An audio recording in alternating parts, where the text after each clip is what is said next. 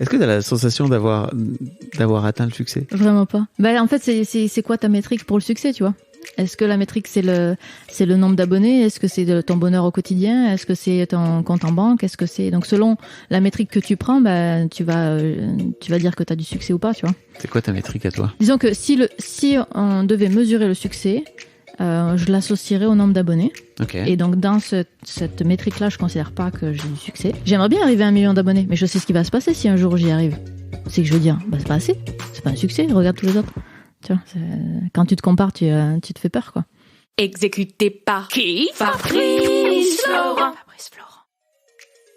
Bonjour, bonsoir, bon après-midi à toi et bienvenue dans ce nouvel épisode d'Histoire de succès. Chaque jeudi à partir de 6h du matin, je retrace avec une ou un invité son parcours de vie qui l'a mené à son succès depuis la petite enfance jusqu'à aujourd'hui. Je suis Fabrice Florent, dans la vie je produis des podcasts d'interviews et de discussions et je crée des contenus. Si tu aimes cet épisode, va donc écouter la bande-annonce pour en découvrir plus sur moi et mes autres contenus. N'oublie pas de t'abonner sur ton appli de podcast préféré, de mettre un cool commentaire et 5 étoiles au podcast sur Apple Podcasts par exemple et également sur Spotify et de partager cet épisode autour de toi s'il t'a plu. C'est le meilleur moyen de m'aider si tu aimes mon travail. Tu peux aussi retrouver plus de liens pour rejoindre ma communauté sur Discord, me suivre sur les différentes plateformes et réseaux sociaux ou me contacter dans les notes de cet épisode. Voilà, il suffit d'aller voir les notes. Un grand merci d'avance et bonne écoute. On est avec Viviane, donc Syllabus. Syllabus, putain ça commence, allez hop, on coupe. C'est tout pour ce podcast. Tu vas m'expliquer pourquoi Syllabus après, mais j'imagine. Bien sûr. Viviane, t'es...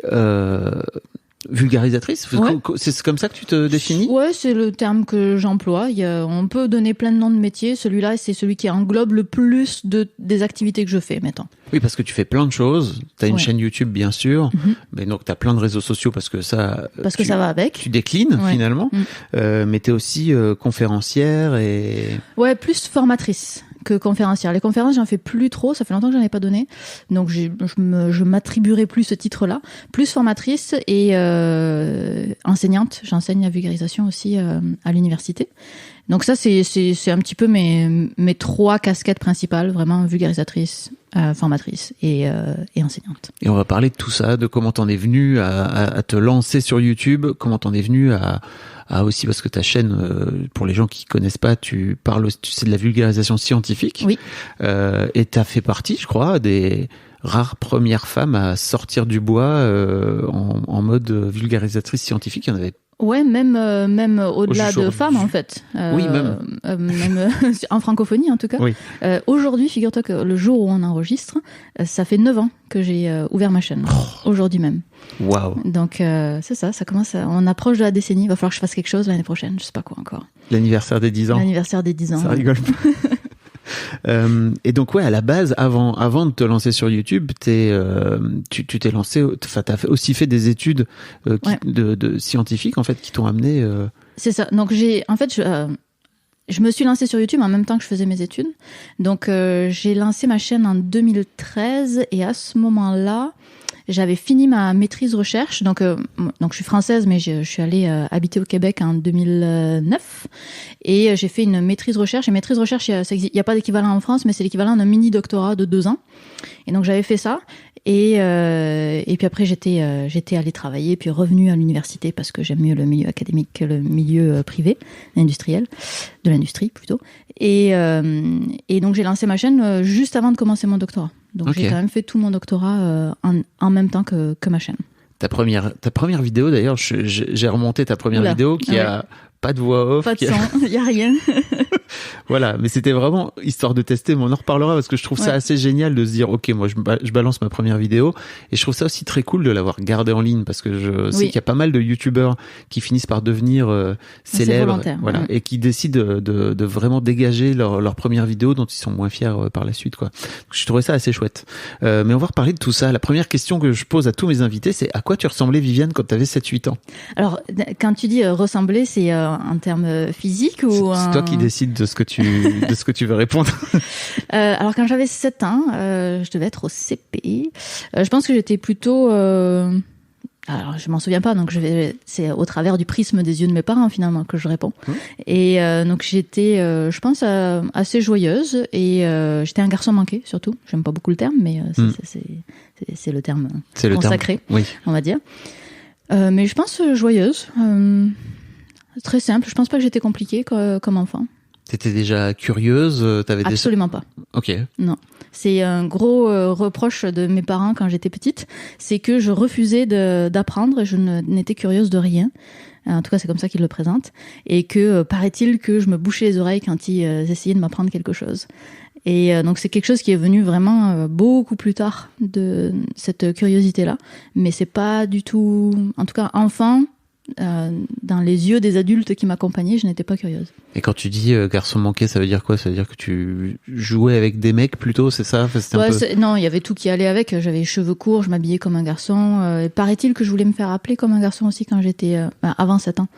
Je m'en souviens pas, pareil. Mais oui, ça disons qu'on m'appelait jeune homme. On m'appelait jeune homme jusqu'à mes, 16 ans, quand j'en ai eu marre d'être mégenrée et que j'ai fait pousser les cheveux. Ok. On t'appelait jeune homme. On m'appelait jeune homme, ouais. C'est classe, quoi. Ouais. Demoiselle, quoi. Ouais, c'est ça. Tes parents faisaient quoi ou font quoi Alors, quand je suis... jusqu'à mes 10 ans, mes parents étaient horticulteurs. Donc, ils faisaient pousser des fleurs. On avait un grand terrain, on avait 3 hectares avec des serres et puis plein de fleurs. Et donc, ça qu'ils faisaient jusqu'à mes 10 ans. Après, mon père, qui vient de prendre sa retraite, est allé travailler en mairie. Donc là, son dernier poste, c'était directeur général des services. Donc ça veut dire qu'il est dans l'équipe administrative de la mairie, mais sans être dans la partie politique. Et ma mère s'est beaucoup occupée de nous. Et là, depuis quelques années, elle est adjointe administrative dans un lycée. D'accord. Voilà. T'as grandi dans quelle région? Dans le sud de la France. On l'entend, l'accent. Petit accent du sud. C'est pas pour rire. Je le force un petit peu, mais quand je le force, c'est pas vraiment le mien. Et à quel moment en fait t'as décidé d'avoir ou tu te souviens d'avoir eu vraiment un shift en te disant ok, en fait les sciences c'est cool? Je suis pas sûre d'avoir eu un shift. C'est-à-dire que je pense que j'ai toujours été intéressée par les sciences. C'était mes matières préférées. C'était pas celle où j'avais les meilleures notes, mais c'était ma matière préférée à l'école. Et puis on avait un ami de mes parents qui était fasciné par l'astronomie et vraiment une personne extrêmement curieuse et puis et très bon conteur. Et il me racontait beaucoup d'histoires. Mes parents aussi étaient dans des associations, Cybèle, ça s'appelait, où ils faisaient des posters pour expliquer comment est-ce que les chouettes vivaient, faisaient leur nid, etc. Donc j'ai baigné dans un environnement où les gens étaient curieux. Et puis, je sais pas, ça s'est fait assez naturellement. Un milieu où les gens étaient curieux, mais personne n'était en sciences. C'est-à-dire que c'était des gens qui étaient plutôt formés en littéraire. Et mais dans mon entourage, il y a très très peu de scientifiques. Et puis c'est ça, au final, c'est là que ça m'intéressait le plus. Alors ça s'est fait assez naturellement, je dirais. Et en rapport avec la nature aussi, parce que tes parents étaient horticulteurs, j'imagine, donc ça devait jouer, non? Et puis ma mère a eu un BTS de botanique aussi. Elle faisait des sorties où elle guidait les gens dans la clappe, dans la nature, pour expliquer telle plante fonctionne comme ceci et comme cela, etc. D'accord. Donc oui, très très nature dans ma famille. Ok. Qu'est-ce qui fait que que tu décides de t'orienter vers des études scientifiques? Aucune idée. Tu sais pas? Non, je sais plus. Non. T'étais grande quand même pourtant. Ouais, mais si tu veux, c'est pas. J'ai pas eu l'impression de faire un choix, de me dire, je vais choisir d'aller en sciences plutôt qu'en lettres. Pour moi, c'était ça qui m'intéressait. Puis jamais j'ai songé à aller ailleurs, en fait. Ok. Mais je pense que c'est dans les trucs où je sais que ça me fascinait. Je sais que dans les films, il y avait des équations, tu sais, des fois ils montrent des équations et tout, puis je trouvais que c'était un langage secret et j'avais trop envie de comprendre ce langage secret. Donc je sais que ça m'intéressait, les petites expériences ça m'intéressait, l'ami de mes parents qui parlait d'astronomie ça m'intéressait, donc tout ça a fait que petit à petit je me suis plutôt dirigée vers les sciences. D'accord. Tout simplement, ouais. Ok. T'as fait quoi comme étude alors post-bac? Alors post-bac, j'ai fait une licence de physique fondamentale, mais j'ai fait que L1 et L2 parce qu'après je suis partie en école d'ingénieur en génie mécanique à Belfort. Et à la fin de mon génie mécanique, je suis allée faire un stage de 6 mois au Québec à Polytechnique Montréal dans un laboratoire de nanorobotique. J'ai tellement aimé mon projet que je suis restée 2 ans de plus faire donc la fameuse maîtrise recherche dont je parlais tout à l'heure, qui est donc un mini doctorat de 2 ans. Après, je me suis dit qu'il fallait faire une vraie expérience professionnelle. Donc, je suis allée travailler en antenne de satellite. Non, mais tu vas trop vite, là. Je te dis tout. Non, mais en fait, moi, ce qui m'intéresse aussi, c'est de savoir comment t'en es venu à te mettre dans le génie mécanique, tu vois, alors que t'étais... Ah, alors ça, pour le coup, il y a un déclic. Quand j'ai eu 19 ans, je me suis pété le genou en faisant du handball. Ok. Et il a fallu que je me fasse opérer. Et avant de me faire opérer, je voulais savoir ce qu'on allait me faire. Et je suis allée voir les vidéos des médecins, les vidéos de formation des médecins qui font ça. Donc ça veut dire il y a aucun filtre là. Oui, tu vois vraiment tout. Et j'ai trouvé ça génialissime. Donc t'as regardé des vidéos d'opération? Ouais, j'ai regardé des vidéos d'opération. C'était trop bien parce que je trouvais que le corps humain, ça pouvait se réparer comme une voiture quand on amène au garage, quoi. Et ils avaient des perceuses comme nous, ils ont tout. C'est juste que t'as un tampon qui dit que ça marche pour l'humain, quoi. Mais et donc je trouvais ça génial. Et c'est à ce moment-là que j'ai décidé, je veux concevoir des implants. Donc c'est de la mécanique. Je veux concevoir des implants et c'est pour ça que je suis partie en génie mécanique après et que j'ai arrêté ma licence de physique. Mais des implants de quoi alors? Orthopédique. Ok. Ouais. D'accord. Orthopédique et donc c'est pour ça que je suis allée en génie mécanique. D'accord. Et là-bas, en fait, tu as fait un stage dans la nanorobotique, c'est ça? Ouais. Alors donc à la fin de l'école d'ingé, il y avait un stage de 6 mois. Et je cherchais un stage en recherche parce que j'avais déjà fait un stage en industrie que j'avais pas trop aimé. Et donc ce lab-là m'a ouvert les portes et j'y suis allée. Et alors ça s'appelle nanorobotique, mais ça a de nano que le nom parce que c'est pas du tout à l'échelle nanométrique, c'est plutôt à l'échelle millimétrique, voire microscopique, mais pas nanométrique. Et donc là, le projet que je faisais, que j'ai adoré, c'est les meilleures années de ma vie. Je développais, tu vois ce que c'est un cathéter, tu sais, c'est un long tube de plastique qu'on met dans les vaisseaux sanguins. Et je développais un embout qui se met au bout du cathéter, qui était magnétique et que on pouvait diriger avec un IRM. Donc IRM, c'est les gros scanners d'hôpitaux qui sont en fait des gros aimants. Et nous, on venait modifier le code de l'IRM pour changer comment le magnétisme s'appliquait, pour être capable de tirer l'embout et de le guider en 3D comme une tête chercheuse, tu vois. Ah yes. Et donc comme dans les vaisseaux sanguins. Dans les vaisseaux sanguins.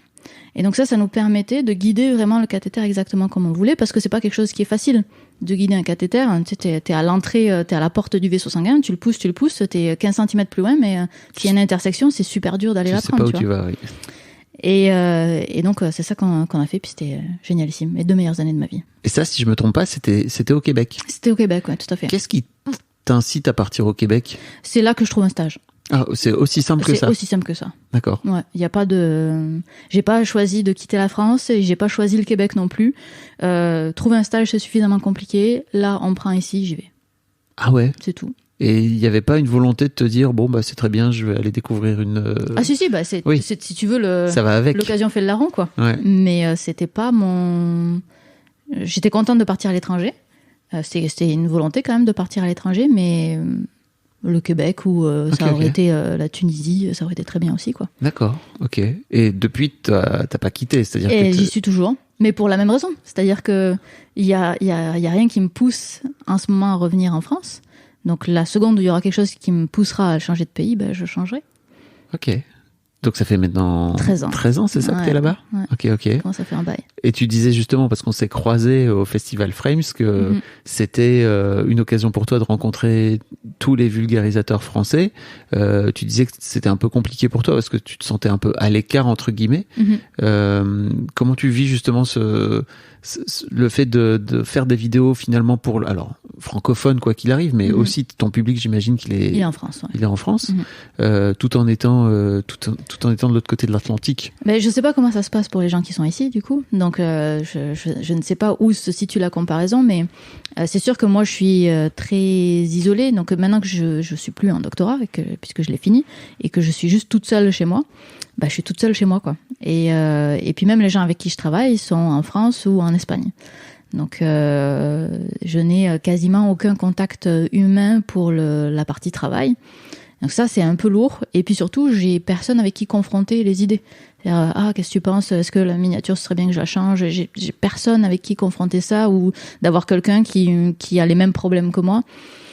Ben, c'est difficile, quoi. Donc, quand je viens au festival Frames, comme ça, et que je rencontre des collègues et des consoeurs, en quelque sorte, ben, ça permet de voir, le problème que j'ai, en fait, il est partagé par d'autres personnes, et c'est très rassurant et très inspirant de voir que, en fait, je suis pas juste dans un silo, quoi. J'ai l'impression d'être un silo, mais en réalité, il y a tout un groupe, quoi. J'avais l'impression qu'il y avait des groupes WhatsApp, tu vois, qu'il y avait des discussions de youtubeurs et surtout dans la commu de la vulgarisation, mais ça c'est un peu tombé à l'eau, c'est ça? Il y a eu au début, et puis moi, le groupe dans lequel j'étais a pas très bien fini, donc donc voilà, donc j'en ai plus de groupe, et donc je vais plus parler avec quelques individus par-ci par-là. Quand tu dis que ça n'a pas très bien fini, c'est parce que c'était avec Léo. C'était avec Léo Grasset qui s'est fait qui a été accusé là. C'est ça, accusé de viol et d'agression sexuelle. Ça a été révélé dans Mediapart, mais nous on était au courant depuis un petit peu plus longtemps. Et donc voilà. Ça s'est un peu dissous de ce fait-là. Ça s'est un peu dissous de ce fait-là, et puis ça faisait un petit moment qu'on voyait que c'était pas très sain comme groupe, donc tout le monde a commencé à partir du groupe. Mais donc, mais moi, c'était ma seule attache avec les vulgarisateurs français, finalement. Ah ouais, j'imagine. Les vulgarisatrices. Donc en perdant ce groupe-là, j'ai un peu perdu toutes les communications que j'avais avec mes collègues et consoeurs, quoi. Et t'as pas une volonté, toi, aujourd'hui, de te dire, tiens, on pourrait recréer un groupe, parce que... Si, mais tout le monde a créé son groupe maintenant. Ah oui. Donc toi, t'es toute seule. Donc je suis toute seule de l'autre côté, tu vois. Ok. Et il n'y a pas d'autres youtubeurs Alors il y en a plein, mais en vulgarisation très peu. Ouais. Il y a un youtubeur en histoire, Laurent Turcot, mais il est sur YouTube, hein, il n'y a pas de problème, mais il est aussi enseignant à l'université et il est très présent dans les médias traditionnels. Donc on n'a pas la même vie, et on n'est pas dans la même problématique. Et puis il est en histoire aussi, donc c'est un petit peu différent. Ouais, ok. Je te sens un peu...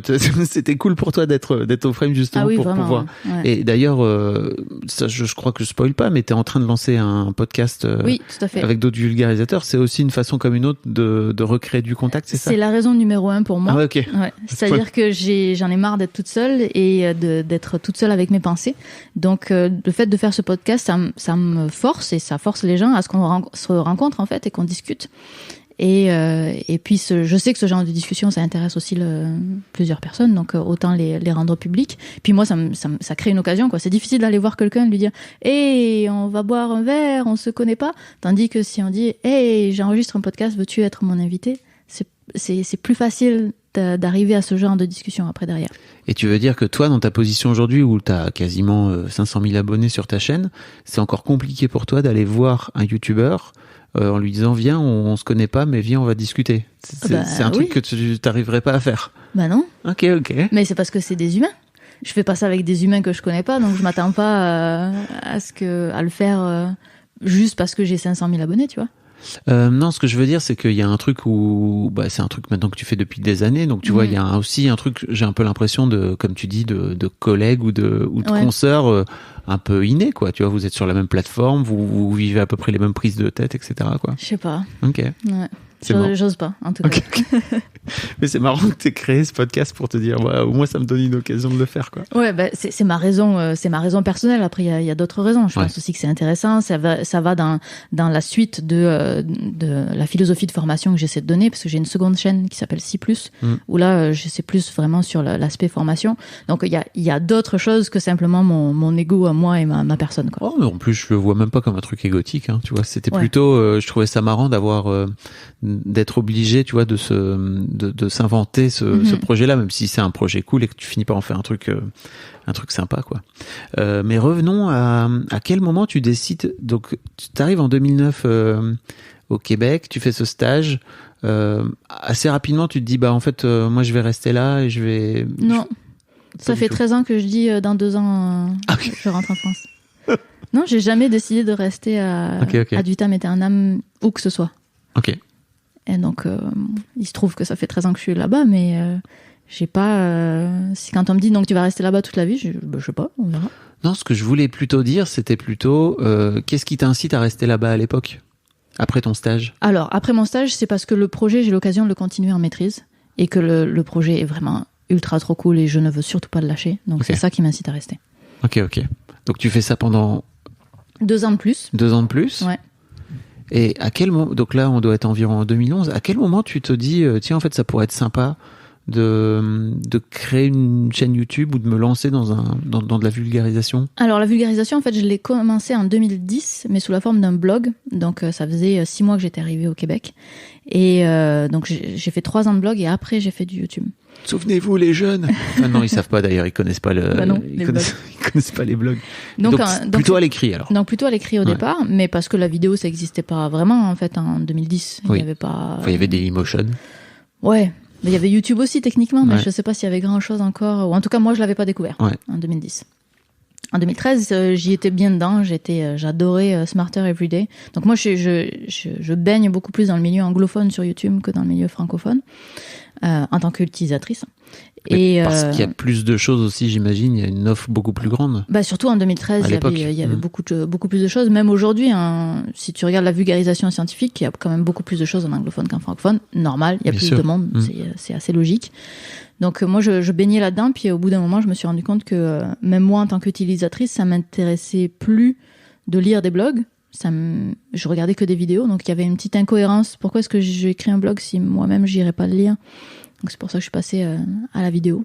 Et donc, cette fameuse première vidéo, j'imagine que tu l'as insérée tu l'as utilisée comme illustration, comme dans un post de blog. C'est ça. Donc, c'est ça. La première vidéo n'a pas de son. Puis elle est juste là pour illustrer quelque chose que j'ai écrit. Donc, c'est vraiment la vidéo de transition avant que je passe au format vraiment vidéo, quoi. Mais alors, qu'est-ce qui fait que tu te le dis quasiment du jour au lendemain, c'est ça Non, pas du jour au lendemain. En fait, il y a eu un autre déclencheur qui est que j'ai fait ma thèse en 180 secondes, qui est un concours que les étudiants de recherche peuvent faire. Et moi, j'étais en maîtrise à cette époque-là. Et ma thèse, normalement, c'est pour les doctorats. Mais c'était la première année qu'ils faisaient ça. C'était la première édition francophone. Et ça existait qu'au Québec, c'était pas encore arrivé en France. Et donc, ils avaient ouvert aux maîtrises et aux doctorats parce que la maîtrise, il y a vraiment un aspect recherche au Québec. Et c'est pour ça que ça a disparu après quand c'est arrivé en France, parce que les maîtrises, les masters français n'ont pas une partie de recherche aussi présente. Donc, ils ont été obligés de fermer uniquement au doctorat. Bref, c'est du détail. Le fait est que j'ai pu faire ce concours-là en tant que maîtrise, à la fin de ma maîtrise. Et j'ai adoré l'expérience, en fait, de pouvoir ajouter beaucoup plus de stimuli. C'est-à-dire de pouvoir ajouter l'intonation, de pouvoir ajouter les pauses, de pouvoir ajouter l'enthousiasme, qui est beaucoup plus facile à faire passer à l'oral qu'à l'écrit. Et donc ça a été aussi un second déclencheur. Et aussi, comme j'avais gagné le concours, ça venait avec un prix qui m'a permis d'acheter une caméra. Ah yes. Et donc c'est parce que j'ai gagné des concours de vulgarisation que je me suis monté un matériel, que j'ai pu acheter du matériel et que j'ai pu commencer les vidéos. Et c'est un truc qui est venu pour toi assez intuitivement de commencer à parler face caméra, parce que tu parles face caméra quasiment... Maintenant, tout le temps. Oui. Mais les premières vidéos, ça a pris peut-être 5-6 avant que je me mette face caméra. T'es en voix off plutôt pour les premières? J'étais en voix off.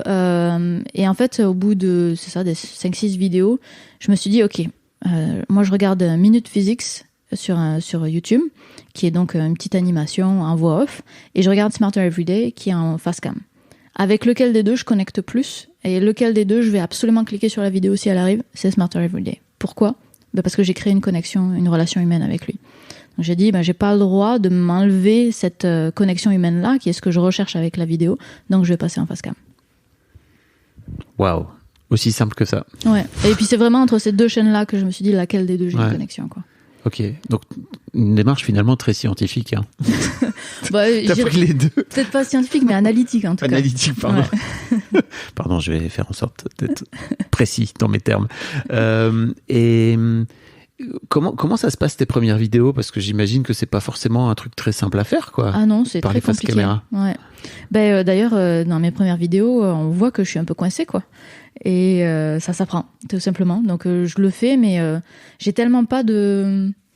Comme ça se passe bien, les retours, les commentaires et tout, j'ai pas tout ce truc qui est arrivé après, où la question de si on est une femme, c'est dur de se lancer. Moi, je suis pas sûre que ça m'ait traversé l'esprit, tu vois. Okay. Donc je me suis lancée, puis après je me suis rendu compte que c'était une question pour beaucoup de femmes. Et je suis pas sûre que moi ça l'ait été. Donc j'étais là face caméra, je faisais mon truc, quoi, sans me poser trop de questions. Waouh. Est-ce que tu crois que c'est ton passé de garçon manqué qui t'a filé un coup de main pour ça ? Très probablement. Ouais. Très probablement, parce que et puis aussi que je suis pas très féminine dans les vidéos, je suis très neutre. Donc forcément, j'en ai pas des commentaires qui viennent chercher, qui accusent ma féminité, on va dire. Donc c'est facile d'évoluer quand on n'a pas les inconvénients associés à son genre, quoi. Et t'avais pas eu de soucis de genre dans ton parcours scientifique Jamais. jusque-là? Non. Ok. En tout cas, rien que je puisse isoler, quoi. Oui. Ok. Putain, c'est intéressant parce que c'était avant MeToo, c'était avant tout ça. Mais t'as jamais eu de soucis? Ça m'est arrivé 2 fois d'avoir à un moment donné un chirurgien qui m'écoutait pas, qui devait faire la manip et il voulait pas faire la manip. Puis son assistante m'a dit, t'es une femme, impose-toi plus. Voilà. C'est tout. Je me suis plus imposée, puis il est allé faire la manip. Et puis une autre fois, pour une vidéo, j'étais avec un ami et on allait voir un chercheur et on lui présentait des résultats. On lui disait, ces résultats sont incohérents. Est-ce qu'il y a une explication scientifique? Parce que nous, on la trouve pas. Et puis là, il m'a challengé, c'est-à-dire qu'il est venu me poser des questions genre c'est quoi une intégrale, qui est le truc de base. Oui, là. Quand tu es en doctorat en génie mécanique là et qu'on te demande c'est quoi une intégrale, c'est une insulte. C'est quoi 2 plus 2 quoi, c'est comme si tu demandais ça. Et j'ai dit c'est l'air sous la courbe, pourquoi est-ce que j'étais là, je comprenais pas, donc il me testait. Et quand je posais des questions, il répondait à mon ami. Ouais. Et je suis ressortie de cet entretien avec un feeling bizarre. Je sais pas pourquoi je suis pas bien de cette entrevue, puis c'est mon ami qui m'a dit t'as pas compris? Je dis non, qu'est-ce qu'il y a? Puis c'est lui qui m'a expliqué ce qui venait de se passer, puis je l'avais pas compris. Donc peut-être que j'ai eu des trucs sexistes et je m'en suis jamais rendu compte, je sais pas, mais j'ai 2 expériences. Ah ouais. C'est tout. Mais toi de ton côté 2013, tu te lances comme ça et en fait tu te dis OK, c'est un vrai truc que je voudrais faire. Non, pas du tout. Non, c'est pour le plaisir. Je fais ça, c'est mon passe-temps. J'ai du plaisir à partager ces choses-là. Et à aucun moment, j'imagine que ça deviendra mon métier. À aucun moment. Je fais vraiment ça pour le fun. C'est venu petit à petit? Ouais, c'est venu petit à petit parce que, surtout en 2013, il n'y avait pas de modèle économique. Donc, je voyais pas du tout comment est-ce que ça pouvait être... comment est-ce que ça pouvait devenir mon métier un jour. Donc oui, c'est venu petit à petit. J'ai ouvert ma page Tipeee, je sais plus en quelle année, mais... il y a quand même pas si longtemps que ça par rapport au fait que ça fait 9 ans que je fais des vidéos. Et puis après, à la fin de mon doc, j'ai dit OK, j'essaye pendant 1 an de voir si je suis capable d'en vivre. Et puis ça a marché, donc c'est pour ça que je suis toujours là. Tu t'es vraiment dit OK, comment dire, c'était vraiment un objectif, tu t'es dit je vais tester pendant 1 an. Ouais. Mais ça faisait déjà combien de temps que tu faisais? Ça faisait 6 ans. Ouais.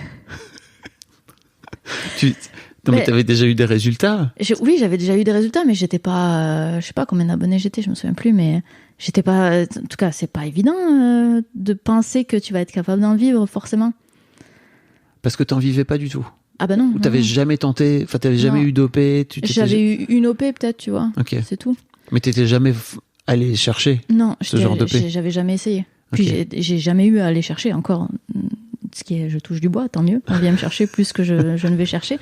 Mais non, c'était quand même un pari. Puis si tu veux, quand tu vois tous les gens qui sortent du doctorat, puis tu vois combien ils sont payés, et puis tu te dis ah ouais, non, c'est-à-dire que moi là, si j'extrapole, ça va être une vie un petit peu avec juste du beurre dans les pattes, quoi. Ouais. Ça va être compliqué.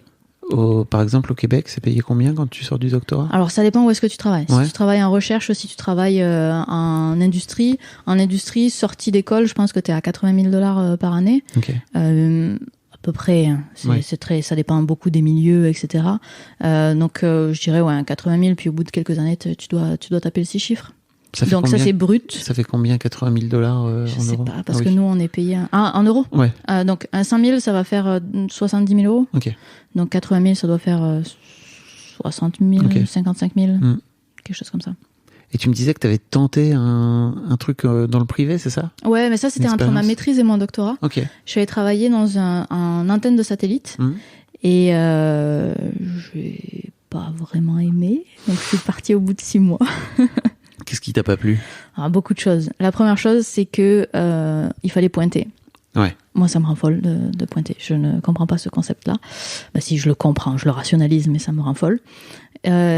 L'autre chose, c'est que... Tu veux dire, c'est d'avoir des horaires fixes? Non, c'est que je me sens policée. Je me sens... Et puis surtout, dès que je sais que je pointe et que j'ai un horaire, si jamais je vais aux toilettes, je me dis « Ah, mais là, j'ai été plus longue pour aller aux toilettes. » Ou « Ah, mais là, j'ai discuté avec mon collègue. Ah, mais là...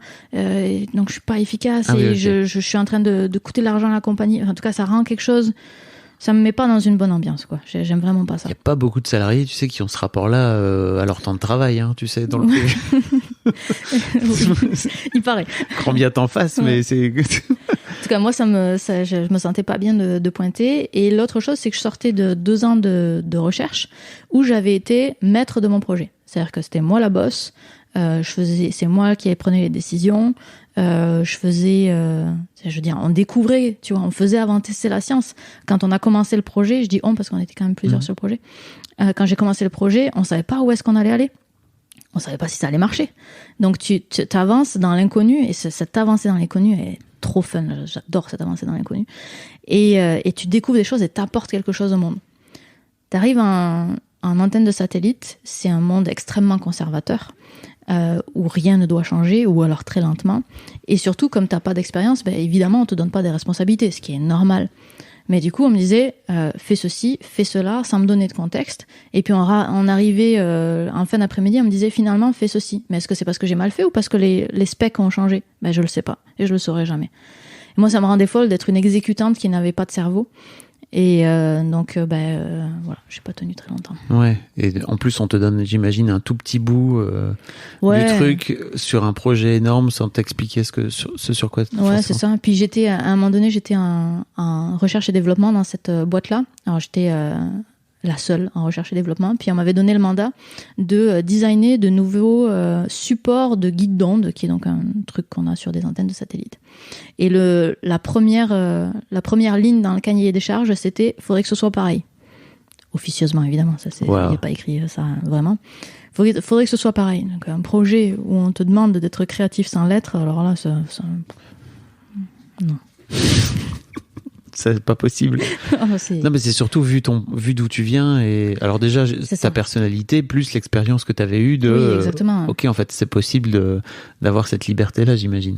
Tout à fait. Et puis d'être le boss dans ton projet, quoi. Ouais. Ce qui finalement est ce que tu fais aujourd'hui, c'est-à-dire que tu as continué à garder ce leadership et ce côté indépendante dans ton travail, quoi. Ouais, je pense que je l'ai de façon assez naturelle. De toute façon, quand j'étais en école d'ingénieur, je prenais jamais la tête des projets d'école qu'on avait, parce que je savais que ça venait naturellement et que j'allais rien apprendre, en tout cas à l'échelle de... T'apprends des choses quand t'as des employés, évidemment, mais à l'échelle d'un groupe d'école, j'avais rien à apprendre. Donc j'essayais d'aller toujours dans le technique, parce que c'est là que j'avais des choses à apprendre. Donc oui, je sais que je l'ai naturellement depuis toujours, quoi. Mais alors comment ça se passe ? Donc quand tu sors de ton doctorat, qu'est-ce que tu vas faire après ? YouTube. YouTube. Ouais. 1 an où tu te dis, je vais tester, et je vois ce que ça donne. Ouais, exact. Okay. Comment ça se passe en fait ? Parce que là, ça fait 6 ans que tu es en train de faire ce métier, et c'est la première fois que tu te dis, ok, donc maintenant l'objectif c'est de gagner de l'argent avec ce socle que tu as créé, en fait, où tu as déjà une audience, etc. Tout à fait. Mais j'imagine que c'est quand même un gros shift de façon de voir les choses, parce que d'un seul, il faut que tu ailles gagner de l'argent. Comment tu t'organises ? Je sais pas trop, parce que encore une fois, ça n'a pas été violent comme changement. Donc j'ai soutenu ma thèse le 1er avril, c'est très drôle que ce soit le 1er avril 2019. Et en fait, moi, j'avais fini ma thèse, en tout cas dans ma tête, le 30 août 2018. C'est juste qu'après, ça s'éternise, blablabla. Ouais. Mais moi, ça faisait des mois en fait que je préparais cette transition-là et que je savais que j'allais changer. Donc ça s'est fait tout en douceur. C'est juste qu'il y a eu plus de vidéos à partir de ce moment-là. Mais c'est pas mal la seule chose qui a changé. Okay. Parce que finalement, je sais plus que... Ah si, je sais comment je gagnais ma vie. À cette époque-là, parce que ça a évolué aussi, je faisais juste 1000 choses. C'est-à-dire que j'ai pas essayé de gagner ma vie avec juste des vidéos, mais en allant chercher de l'enseignement, des formations, qu'est-ce que je faisais d'autre ? Je faisais d'autres choses. J'avais fait un petit camembert avec toutes les sources de revenus, puis il y en avait 15. Donc je multipliais un petit peu les paniers, quoi, pour arriver à en vivre. Et puis au fur et à mesure du temps, aujourd'hui, il y a quasiment plus que 3 pôles qui sont donc les vidéos, la formation et l'enseignement. Avec l'enseignement, c'est minuscule comme pôle. Alors, quand tu dis la formation, c'est en entreprise, c'est ça ? Peu d'entreprises me contactent, c'est plutôt des centres de recherche qui me contactent pour faire des formations auprès de leurs chercheurs. Qu'est-ce que tu vas faire alors spécifiquement comme formation ? Vulgarisation. Donc, soit vulgarisation en vidéo. C'est beaucoup demandé, la vulgarisation en vidéo. Et parce que souvent les chercheurs ils ont eu un petit truc de formation avant en vulgarisation et donc ils savent, puis là ça s'entend pas mais je rajoute des guillemets, ils savent faire la vulgarisation, donc ils veulent maintenant la spécialisation vidéo, mais ils n'ont pas compris qu'en fait ils savent pas faire la vulgarisation, et c'est d'abord la vulgarisation qu'il faut faire avant de s'intéresser à la vidéo. Parce que à quoi ça leur sert, par exemple? Ça leur sert à pouvoir décrypter, pouvoir rendre au monde de façon plus simple, c'est ça le résultat de leurs travaux? Alors, la vulgarisation, oui, ça leur sert à ça. Ça leur sert à faire connaître leurs travaux, ça leur sert aussi à communiquer dans les congrès, ça leur sert à répondre aux médias, parce qu'il y a des profs qui sont sollicités. Donc ça leur sert vraiment dans leur vie quotidienne, et de plus en plus, je sais pas comment c'est en France, mais en tout cas c'est le cas au Québec, de plus en plus dans les dossiers pour avancer en tant que prof, tu dois prouver que tu amènes quelque chose au public. Et donc la vulgarisation, ça devient un des moyens de le faire. Donc il y a ça. Et puis la spécialisation vidéo, je pense que ça vient plus des coms des universités qui disent ce serait bien que y ait une petite vidéo qui illustre ce que vous êtes en train de faire quand vous avez un article important qui sort. Il y a des chercheurs aussi qui sont absolument convaincus du besoin de vulgariser et qui veulent le faire simplement parce que ils ont la fibre, quoi, tout simplement. Un peu comme toi. Un peu comme moi. Finalement. Ouais. Donc ça, c'est une partie de tes revenus. Ouais. Et donc tu disais avant que tu faisais des conférences aussi, mais j'imagine que ça s'est peut-être un peu calmé avec le Covid. Ouais, c'est pas trop le Covid. C'est aussi moi qui commence pas me désintéresser, mais c'est que les conférences, en général, c'est des conférences sur des sujets scientifiques. Et je commence à avoir fait le tour des sujets scientifiques que je maîtrise suffisamment pour faire des conférences. Donc j'en ai 2, qui est celui de ma maîtrise et celui de mon doc. Celui de mon doc, ça m'intéresse pas trop d'en parler, donc c'est celui de ma maîtrise. Et sorti de ça, des conférences d'1 heure, disons, je peux pas tant. Il faudrait faut que j'en crée, quoi. Oui, il faudrait que t'en crées d'autres. Faudrait que j'en crée d'autres, et puis je prends pas le temps de faire ça. Ok. Tout simplement. Et sur YouTube, donc forcément aujourd'hui, c'est ta revenu, c'est ta source de revenus principaux. Quand tu dis que tu t'es lancé, ça veut dire que tu t'es dit, ok, maintenant, je vais mettre en place une vidéo par semaine, enfin de rentrer vraiment dans un rythme de production. Ouais. Donc j'ai augmenté le rythme, je l'ai doublé. Je suis passée à 2 vidéos par mois. Et puis j'ai jamais pu l'augmenter depuis. Je suis toujours à 2 vidéos par mois, puis avec des fois des fails où j'arrive pas. Ouais. Mais ouais, 2 vidéos par mois. Et alors tu t'explores toutes sortes de sujets. Ouais. Que tu vas chercher à chaque fois à amener avec un angle scientifique. Ouais, c'est ça. Comment tu pitcherais ta chaîne à quelqu'un qui ne te connaîtrait pas? Ouais, j'ai beaucoup de mal. Ouais, j'ai beaucoup de difficultés. Je dis souvent que en fait, ce que je dis, je l'aime pas. Donc c'est ça qui est problématique. Mais je dis que je parle de science. Puis j'aime pas dire ça parce que souvent ça rebute. C'est-à-dire que la personne qui n'a pas aimé les sciences à l'école, elle va dire c'est pas pour moi. Alors que c'est accessible, tu vois, tout à fait, et que je fais tout justement pour que ça le soit. Je choisis mes angles exprès pour que même les gens qui n'ont pas fait de sciences puissent être intéressés. Donc malheureusement, je dis toujours que je fais de la science parce que j'ai pas trouvé d'autres mots, et que je m'intéresse à des sujets du quotidien. Des sujets un petit peu loufoques. Et puis là, en général, le mieux, c'est de donner des exemples. Ah oui, c'est ça. C'est donc, que, par exemple, ta vidéo la plus vue, ouais. C'est pourquoi le squat asiatique, entre guillemets, qui est aussi appelé le squat profond, ouais. Est-il si difficile à faire, où tu passes 20 minutes à expliquer pourquoi. Mais alors là, pour le coup, tu reviens à tes joies passées de génie mécanique, sur comment le corps marche, etc., etc. Tout à fait. Et cette vidéo-là, on m'en parle encore aujourd'hui. Je reçois encore des mails aujourd'hui qui me parlent de cette vidéo. Encore à Frames, il y a quelqu'un qui m'a dit, justement, qui m'a parlé de cette vidéo. Puis tout le monde autour s'est mis à se faire le squat. Tu vois, dans la rue, j'étais debout, puis t'avais genre 10 personnes devant moi qui essayaient de faire le squat. Cette vidéo-là, elle est incroyable, ce qu'elle a généré, c'est vraiment drôle. Je t'avoue que moi aussi, j'ai essayé de faire le squat, c'est impossible. Alors, t'y arrives, non? Non. Moi, je bloque au niveau des chevilles, quoi. Pareil que toi. Ouais, c'est ça. Pourtant, j'ai les chevilles hyper souples, mais c'est pas les chevilles, c'est les tendons d'Achille. Les tendons d'Achille, ouais. C'est très compliqué à faire. Mais t'as d'autres vidéos où tu parles des tournevis, enfin et puis tu t'as aussi fait pas mal de featuring avec des. Pas tant. Ah ouais? Ouais, non, j'en ai fait vraiment pas beaucoup pour le coup. Okay. Parce que je suis loin. Ah oui. Donc j'ai une vidéo avec Manon Bril, j'ai une vidéo avec Léo Grasset, j'ai une vidéo avec Laurent Turcot. J'en ai vu une avec Nota Bene aussi. Une avec Nota Bene, ouais. C'était plus un caméo avec Nota Bene. Donc c'est pour ça que où est-ce qu'est le featuring, où est-ce qu'est le... c'est ça qui est difficile à faire à chaque fois, à définir. Mais pas tant que ça. En tout cas, sur combien 170 vidéos, il y en a peut-être moins de 10 quoi, qui ont des featuring. Et il y a un truc en toi qui te... Justement, tu vois, tu disais tout à l'heure... tant que j'ai pas trouvé de raison de rentrer à Paris, il y a pas un truc en toi qui te dit non mais en fait moi j'ai besoin d'être là pour être un peu dans... Non, faut que ce soit plus fort que ça. Ok. Ouais. Parce que là si tu veux c'est un petit peu superficiel comme c'est raison. professionnel. C'est professionnel, mais déjà je suis pas seule aussi, donc il faut qu'il y ait... Oui, t'es mariée. Oui, c'est ça. Donc il faut qu'on soit deux à avoir une raison de revenir ici. Mais si tu veux, c'est professionnel, mais c'est semi-professionnel. C'est-à-dire que c'est la partie analytique de mon cerveau qui en a besoin. C'est pas mon quotidien pour travailler. Ouais. Tu vois, je peux travailler très bien sans être à Paris, j'en ai pas besoin. Puis surtout, si je rentre en France, j'irai pas à Paris. Donc, donc j'aurais quand même tous les youtubeurs qui sont pas à Paris, je pense qu'ils ont aussi ce sentiment d'isolement, parce que tout le monde en parle du sentiment d'isolement. Donc, je suis pas sûre qu'en rentrant en France, je le résolve complètement. Et tu crois pas qu'il y a aussi un truc t'as jamais eu de tentation, d'aller rencontrer d'autres youtubeurs au Québec pour, je sais pas, créer un endroit ensemble? J'en connais pas. C'est vrai? Ouais. J'en connais pas. C'est terrible. Il y en a pourtant, non? Oui, il y en a. En gaming, en lifestyle, en divertissement, mais en vulgarisation, non. Et il y a pas de youtubeurs? Eh ben, s'il y en a, je les connais pas. Hein. Ok. Donc, non, il y a juste personne, quoi. Ah, putain, j'imaginais pas, tu vois. Pour moi, dans ma tête, il y a forcément des youtubeurs vulgarisateurs. S'il y en a, ça se peut qu'ils le fassent en anglais.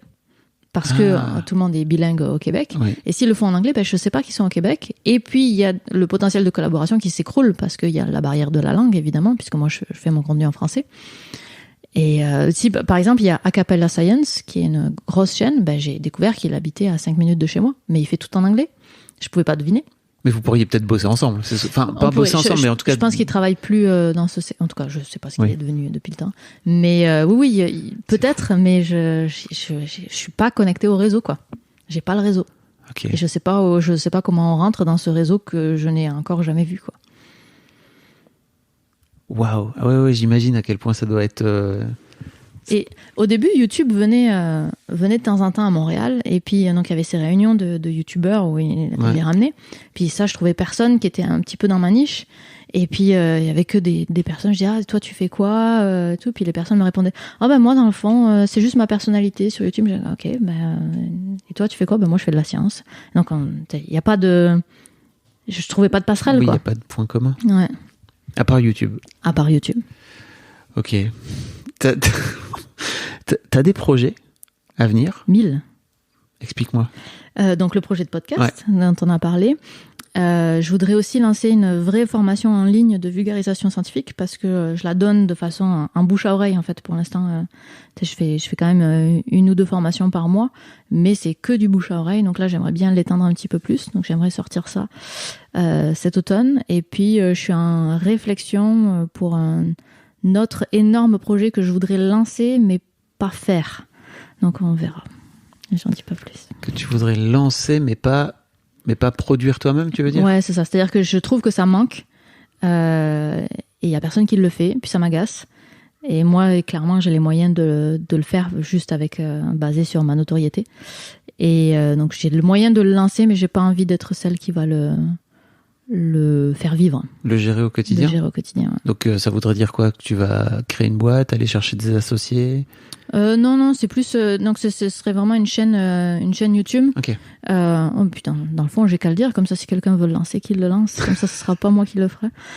C'est de faire une chaîne d'actualité scientifique. Un peu du Hugo Décrypte, mais de science, tu vois.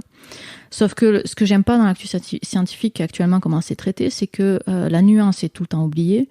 On vient chercher le sensationnalisme, on remet pas les choses dans leur contexte. Ça m'énerve beaucoup. Et donc j'aimerais pouvoir le créer juste pour mettre les bases éditoriales de la chose et puis après laisser gérer les journalistes, les vulgarisateurs et vulgarisatrices qui seraient là, quoi. Ah d'accord. Donc tu montrais une équipe, c'est ça?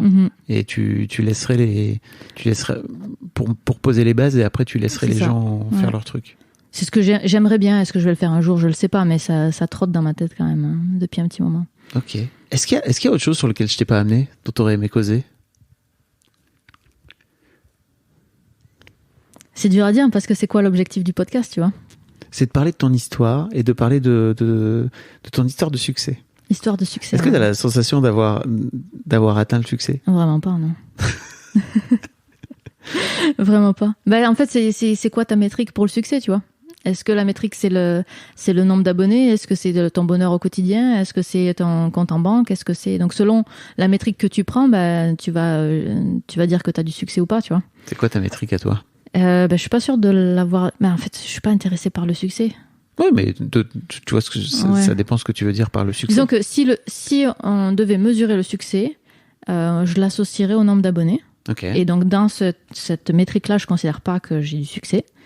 T'as 450 000, c'est ça? 480, je crois. Okay. Juste comme ça, ça s'approche des 500. Difficilement, parce que les gens s'abonnent plus maintenant. C'est plus trop... c'est vrai. Ouais, c'est plus trop à la mode.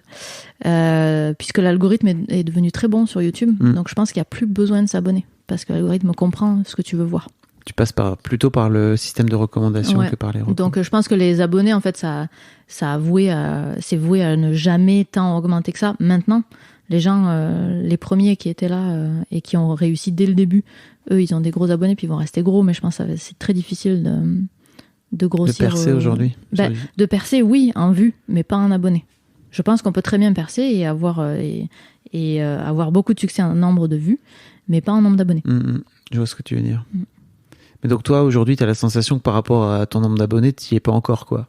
Non, je pense pas, non. Ok. Tu voudrais quoi? Bah, je sais pas. Mais c'est ça le problème, c'est que dès que tu as un chiffre, tu te dis, bah, finalement, c'était facile d'y arriver. Bon, bah, c'est que c'est pas là le succès, tu vois, c'est qu'il est plus loin. Donc, on va continuer plus loin. Tu sais, jamais je pensais arriver là quand j'ai commencé. Donc, c'est un succès par rapport à mon mois d'avant. Mais le succès de mon mois du futur, ben, j'espère qu'il sera plus haut, quoi. Mais par exemple, tu vois, par rapport aux abonnés, tu pourrais te dire, bah, moi, j'aimerais bien arriver à 1 million d'abonnés. Et en fait, de dire dans chaque vidéo, bah voilà, moi, je veux arriver à 1 million d'abonnés, abonnez-vous, tu vois. Mais j'aimerais bien arriver à 1 million d'abonnés. Mais je sais ce qui va se passer si un jour j'y arrive. C'est que je vais dire, bah, c'est pas assez. C'est pas un succès. Regarde tous les autres. Tu vois, quand tu te compares, tu te fais peur, quoi. Quand tu te compares avec les survivants, du moins. Avec les survivants. Avec ceux qui ont réussi. Parce que tu vois pas tous ceux qui ont arrêté avant, évidemment. Bien sûr. Ou qui progressent plus, ou qui ont les mêmes problèmes que toi, etc. Donc tu te compares toujours à ceux qui sont le plus visibles. Donc c'est pas une bonne chose. Et tu racontais que tu faisais tout, quasiment tout aujourd'hui, c'est ça? Pas le montage. Il y a quand même quelqu'un qui monte pour toi? Je fais pas le montage, je fais pas non plus la publication des vidéos, ni tout ce qui est réseaux sociaux. Ça, c'est ma sœur qui s'en occupe, et le montage, c'est Marina qui s'en occupe. Donc ça, c'est les deux personnes que j'ai vraiment à la pige, hein, elles sont pas employées, déjà parce qu'elles sont pas au Québec. J'ai une comptable, évidemment, et une agente, et un relecteur aussi de mes scripts. Donc ça, c'est les personnes avec qui je travaille assez régulièrement. Mais j'aimerais bien arriver à produire plus de vidéos, ce qui implique des co-auteurs, puis ça, j'arrive pas encore à trouver la formule pour avoir d'autres personnes qui travaillent avec moi. Donc, parce que tu veux dire que c'est dur d'ouvrir le champ, c'est ça, que t'as besoin de garder la main sur ton texte, ce qui est très entendable en plus. Hein. Je sais pas où est mon problème. Disons que j'ai l'impression que ce qui est apprécié aujourd'hui dans mes vidéos, c'est le regard que j'en ai. C'est-à-dire que je prends un sujet et puis parce que c'est moi avec mes biais, avec ma formation, je vais l'approcher d'une certaine façon et je vais l'amener d'une certaine façon. Donc c'est ma patte d'autrice finalement. Mais si j'amène quelqu'un d'autre, forcément ce sera une autre approche et forcément ce sera une autre patte. Et donc là j'ai un problème où il faut que je définisse, est-ce que syllabus c'est moi ou est-ce que syllabus c'est un ensemble de personnes avec plusieurs pattes d'auteurs et d'autrices. Et donc ça, c'est une décision qu'il faut prendre à un moment donné. Et je l'ai pas encore prise. Pour l'instant, c'est ma patte à moi, parce que j'ai pas dissocié syllabus de ma personne. Mais si un jour je dissocie syllabus de ma personne, là, ça laissera la place à d'autres personnes. Et tu voudrais aller chercher d'autres auteurs ou d'autres autrices qui écriraient sur le même sujet que toi? Ou par exemple, tu vois, tu peux te trouver aussi, je sais pas, un spin doctor qui reprendrait tes trucs et qui ajouterait des blagues, par exemple, tu vois, spécifiquement. Ben, je voulais, c'est quelque chose que j'aimerais beaucoup faire, mais je pense que ce genre de personnes qui viennent ajouter des blagues, c'est mieux quand c'est coécrit en même temps, plutôt que venir ajouter après. Je pense que c'est artificiel quand tu ajoutes après. Ok. Donc ça veut dire que c'est une écriture plus à 4 mains, je pense. En tout cas, moi je sais que quand je repasse dans mes scripts pour ajouter des blagues, c'est toujours artificiel, tandis que quand elles viennent au moment où j'écris, là c'est naturel. Donc je pense qu'il y a une méthode de travail à aller chercher ici. Mais pareil, c'est ça, écrire à 4 mains, c'est encore un autre apprentissage que j'ai pas. En tout cas, pas encore. Dites donc, que de projets, hein. Après 9 ans, c'est cool. Bah oui. Merci beaucoup, Viviane. Merci à toi. C'était trop top. C'était cool de faire ta connaissance. À plus. À plus.